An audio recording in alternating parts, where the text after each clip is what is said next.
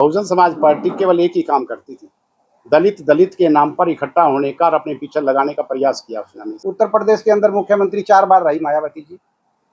कितने वाल्मीकियों को टिकट दिया, कब टिकट दिया, किसको मंत्री बनाया? कहीं किसी मंत्री नहीं बनाया, किसी को समाज में कभी कुछ अपलिफ्ट करने का काम नहीं किया। बहुजन समाज पार्टी केवल एक ही काम करती थी, दलित दलित के नाम पर इकट्ठा होने का और अपने पीछे लगाने का प्रयास किया उसने हमेशा। आम जनशक्ति पार्टी बनाने की जरूरत क्यों पड़ी? जरूरत इसलिए पड़ी कि जब अगर ये समाज हमें आगे बढ़ने नहीं देगा तो फिर हम क्या करें?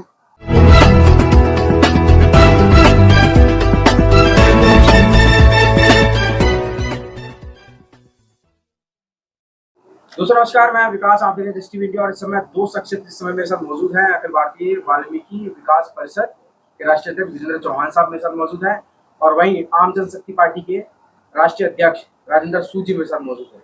क्या कहेंगे जो अभी फैसला आया सुप्रीम कोर्ट का?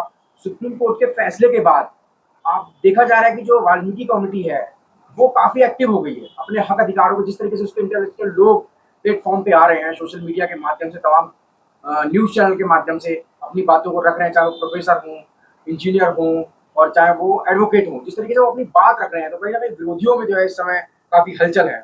क्या कहना चाहेंगे? अब ये राजनीति का प्लेटफॉर्म भी राजेंद्र सूद जी आप लेकर आ रहे हैं समाज के लिए, क्या कहना चाहेंगे इस पर? पहले तो मैं आपके चैनल को बहुत बहुत धन्यवाद करता हूं। आपने जैसा कहा कि आज राजनीति की आवश्यकता क्यों पड़ी, दरअसल सदियों से हमारा समाज, जो समाज आज सबसे निचले स्तर के पायदान पर है और आज भी इतना घिनौना काम करने के लिए मजबूर है, सदियों से जो उपेक्षित रहा है, इसीलिए ज़रूरत पड़ रही है कि अगर हमारा समाज आज भी नहीं चेता, जब आज पहली बार हमें सबसे मुख्य जो विषय आज सुप्रीम कोर्ट ने हमें दिया, आरक्षण में से आरक्षण हमें दिया जा रहा है और हमारे ही समाज के जो हमसे बड़े, जो दलितों का एकमात्र सारा हक लूटते चले जा रहे थे, ठीक, उन्होंने हमें कहीं आगे बढ़ने का मौका नहीं दिया। इसलिए सबसे बड़ा चिंता का विषय है हमारे लिए। इसलिए हमें आज राजनीतिक क्षेत्र में भी अगर हम आगे नहीं बढ़े, नौकरियों में आरक्षण और राजनीति में आरक्षण, सदियों से केवल वो एक ही समाज लिए जा रहा है, इसलिए दुख का विषय है। हमने राजनीतिक क्षेत्र में आगे अपना कदम बढ़ाना होगा, इसलिए हमने इस पार्टी का निर्माण किया है और आम जनशक्ति पार्टी के माध्यम से हम जन जन तक जा रहे हैं और अपने समाज को चेताने का प्रयास कर रहे हैं कि हमारा समाज जो सबसे उपेक्षित है, वंचित है, शोषित है और जो सबसे निचले स्तर के पायदान पर है, उसे कम से कम उसे खड़ा करने का प्रयास करें। तो क्या जो देश की जो बड़ी पार्टी है बहुजन समाज पार्टी, कहते हैं कि देश की तीसरे नंबर की पार्टी है, राष्ट्रीय पार्टी कभी हुआ करती थी, आज वो राज्य लेवल पे आ चुकी है, तो क्या वो बहुजन समाज पार्टी ने आप लोगों के दर्द को, दुख को नहीं समझा? क्या आप लोगों के मुद्दों को नहीं उठाया? भाई, बहुजन समाज पार्टी केवल एक ही काम करती थी, दलित दलित के नाम पर इकट्ठा होने का और अपने पीछे लगाने का प्रयास किया उसने हमेशा।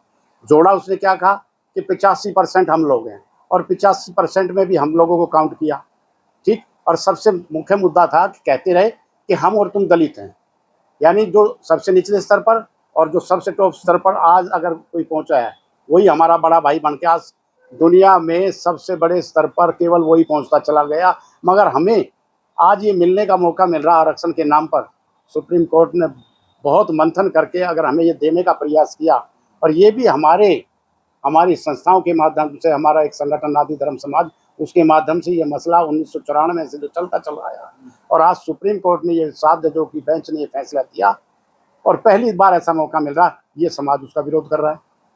तो सदियों से जब इस तरह से करता चला आया, पहले अपने साथ लगा लिया, मगर कुछ मिलने का मौका आया तो हमसे विरोध कर रहा है। आखिर क्यों? कब तक होगा? ना ही राजनीतिक क्षेत्र में और ना ही किसी नौकरियों के संबंध में। टोटल क्रीमी लेयर बनकर यानी एक ही मलाईदार पदों पर बैठकर एक ही समाज, वही लोग इकट्ठा इसका फायदा लिए जा रहे हैं। तो ये दुख का विषय है। कम से कम इसका भी डिस्ट्रीब्यूशन होना चाहिए और बंटवारा होना चाहिए।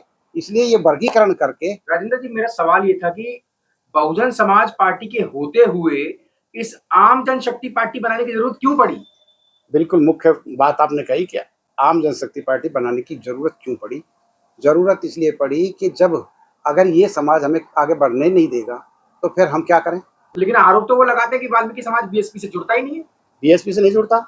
हमारे मंदिरों में, हमारे घरों में सब लोगों के साथ मीटिंग बैठ बैठ कर, कभी वाम के नाम पर, कभी DS4 के नाम पर, कभी किसी और मसले को लेकर, कभी बाबा साहब की विचारधारा को लेकर, हर जगह मीटिंग लेते रहे हैं और जोड़ते चले गए हैं। हमारे समाज को बहुत जोड़ा है, साथ लगा है समाज।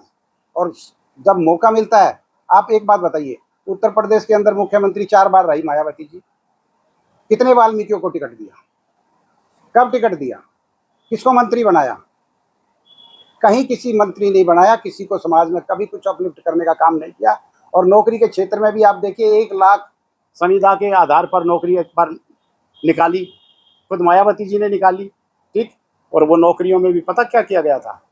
उन नौकरियों में भी क्या किया गया कि उसमें भी संविदा के आधार पर हमारे लोगों को अलग कर दिया गया और लोगों को भर्ती किया गया था। ये था उसका मसला। तो हमें तो ये जो सफाई कर्मचारी की नौकरी जो थी ना, हमारे समाज के लोग ले लेते थे, उसमें भी उसने संविदा के आधार पर उसमें भी सिस्टम बदल दिया गया था। ये सच है। आज जरूरत इस बात की है कि हमें अपने समाज को अगर समय रहते नहीं चेताया और नहीं जागरूक किया, तो फिर कौन आएगा इस समाज को समझाने के लिए? और एक बात और आपके बीच में आपको कह देना चाहता हूँ कि देखिए, एक पार्टी जो कभी जिसका नारा हुआ करता था, क्या नारा होता था कि तिलक तराजू और तलवार उनके मारो जूते चार, क्या कहा था? ये नारा हमेशा लगाया उसने। और फिर दोबारा से इस नारे का परिवर्तन क्या किया कि हाथी नहीं गणेश है और ब्रह्मा विष्णु महेश है। ये बात कह के किसको लिया? मिश्रा जी, एडवोकेट सतीश चंद्र मिश्रा को लिया, उनको मंत्री बना दिया, उनको समाज में आगे बढ़ा, उनको तो दे दिया, मगर जिस समाज के बलबूते पर, जिसकी छाती पर पैर रखकर, जिसके सर पर चढ़ के मुख्यमंत्री 4 बार बनी, उसे क्या कभी राज्यसभा में भेजा या किसी विधानसभा में भेजा या कोई मेंबर पार्लियामेंट बनाया? कभी नहीं बनाया, कभी नहीं देंगे ये। क्योंकि आज सच मैं क्या कहूँ आपको कि आज दलितों में अति दलित वाल्मीकि समाज जो सबसे निचले स्तर के पायदान पर है, उसका सशक्त विरोधी केवल अगर कोई है तो बहुजन समाज पार्टी है। और यही लोग हैं जो हमारे बड़े भाई बनकर हमारा गला कतर देना चाहते हैं। इसलिए हमें आज इनसे बचना होगा। हमें अपनी राजनीतिक भी कदम बढ़ाने होंगे, राजनीतिक मजबूती भी हमें अपनी बढ़ानी पड़ेगी। और शिक्षा के क्षेत्र में बाबा साहब की विचारधारा को जो हमारा समाज नहीं पकड़ रहा है कि शिक्षित बनो, संगठित रहो और संघर्ष करो, उसको पूर्ण रूप से अपनी अंतरात्मा में उतार कर अपने बच्चों को पढ़ा लिखा कर आगे बढ़ाना होगा। शिक्षा के क्षेत्र में सबसे जरूरी कदम हमारा होना चाहिए। तो अभी हमारे साथ विजेंद्र चौहान साहब मौजूद हैं और 24 राज्यों में उनका संगठन इस समय कार्य कर रहा है। तो क्या कहेंगे, आम जनशक्ति पार्टी को आपका समर्थन मिल रहा है 24 राज्यों से, तो क्या लग रहा है? अभी हाल ही में कुछ और राज्य हैं जिनमें चुनाव है, हरियाणा में तो डिक्लेयर हो चुके हैं, तो और राज्यों में चुनाव होने वाले हैं, तो क्या दोनों संगठन और पार्टी दोनों मिलकर इलेक्शन की तैयारी करेंगे? सबसे पहले तो मैं आपका धन्यवाद दूंगा मीडिया वालों का। और आज हमारी अखिल भारतीय वाल्मीकि विकास परिषद की जो मीटिंग हुई है, उसमें हमारे जनशक्ति पार्टी के राष्ट्रीय अध्यक्ष जी हमारे पास आए हैं। और हम अगली जो कोर कमेटी की मीटिंग जो होगी हमारी राष्ट्रीय कार्यकारिणी की, दिल्ली में होने जा रही है, इसका ऐलान तो हम दिल्ली के अंदर ही सभी साथियों के बीच में करेंगे। और अभी आप जो साथी कह रहे हैं कि हरियाणा में और 2 राज्यों में जो चुनाव हैं, अभी हमने इस पर विचार नहीं किया है, मगर फिर भी हमारा मंथन है कि एक हमारे वाल्मीकि समाज से एक संगठन और एक पार्टी तैयार हुई है, तो इस पर हमें चिंतन का विषय है। क्योंकि हम जहाँ भी कहीं हमारी मांग होती है तो हम लोगों को टिकट नहीं दी जाती है। किसी भी पार्टी में हम चले जाएं, हमारे को मान सम्मान नहीं करता है, मजबूरन हमें जनशक्ति पार्टी में हमें आना पड़ेगा।